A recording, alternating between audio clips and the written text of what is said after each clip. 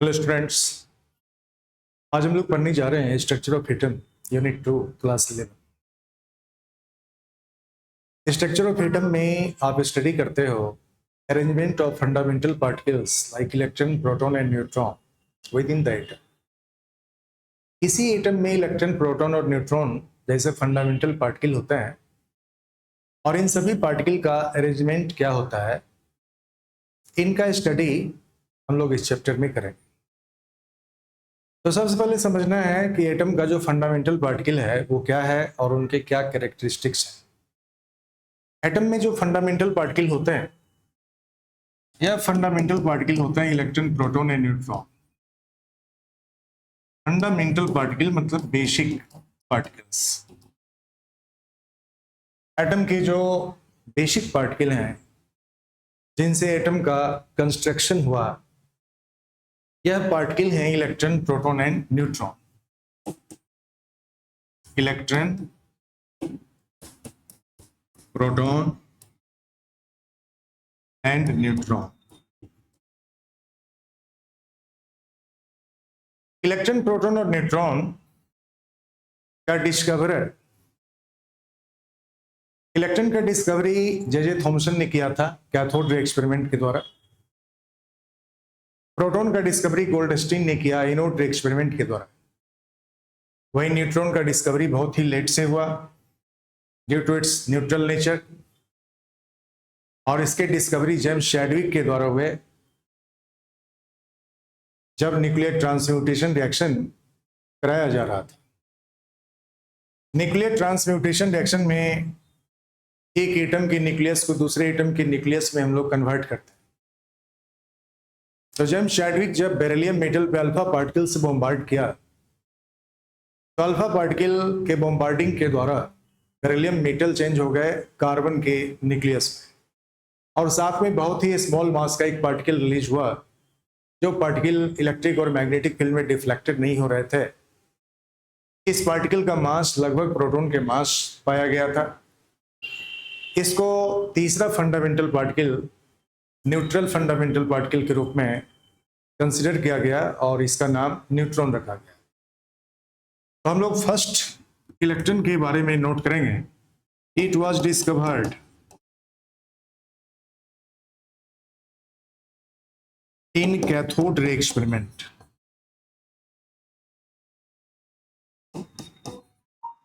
by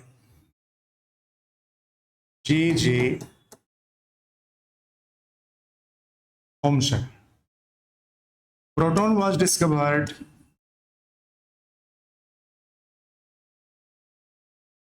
by Goldstein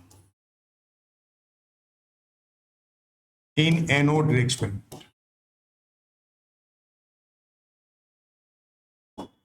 And neutron was discovered by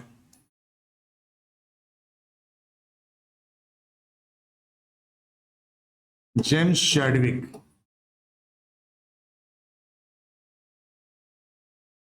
in nuclear transmutation reaction.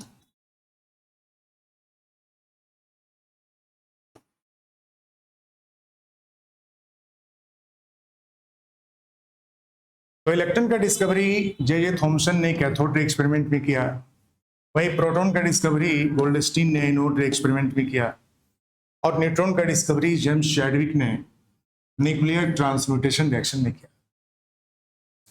Electron, proton और neutron के जो property होते हैं, electron का, प्रोटॉन का और न्यूट्रॉन का, सबका प्रॉपर्टी अलग अलग है।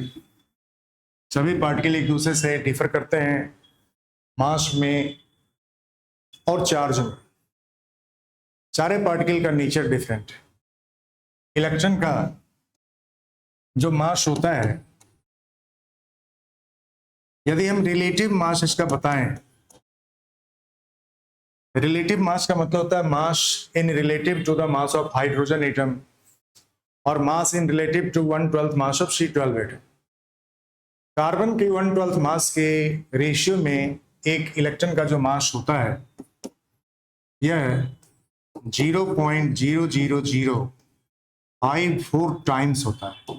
यानी कि यूनिफाइड मास के रेशियो में कार्बन के 1/12 मास कार्बन एटम के 1/12 मास के रेशियो में एक इलेक्ट्रॉन का मास 0.00054 U होता है, जबकि एक्चुअल मास यानी कि एब्सोल्यूट मास हम लोग ग्राम में और किलोग्राम में बताते हैं, ये 9.109 इंटू 10⁻⁻28 ग्राम के इक्वल होता है।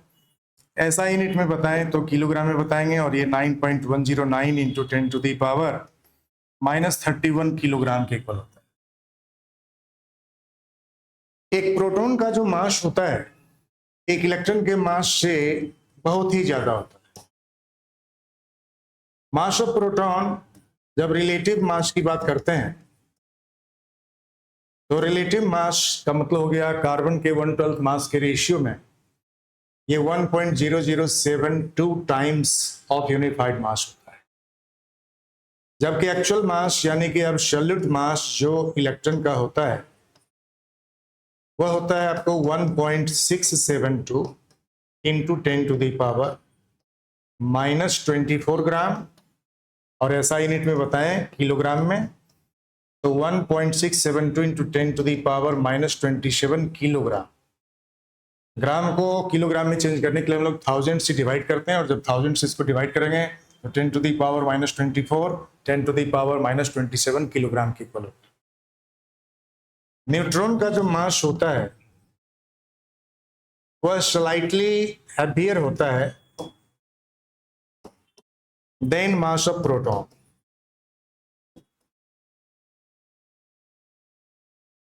प्रोटॉन के मास से एक न्यूट्रॉन का मास स्लाइटली हैवियर होता है।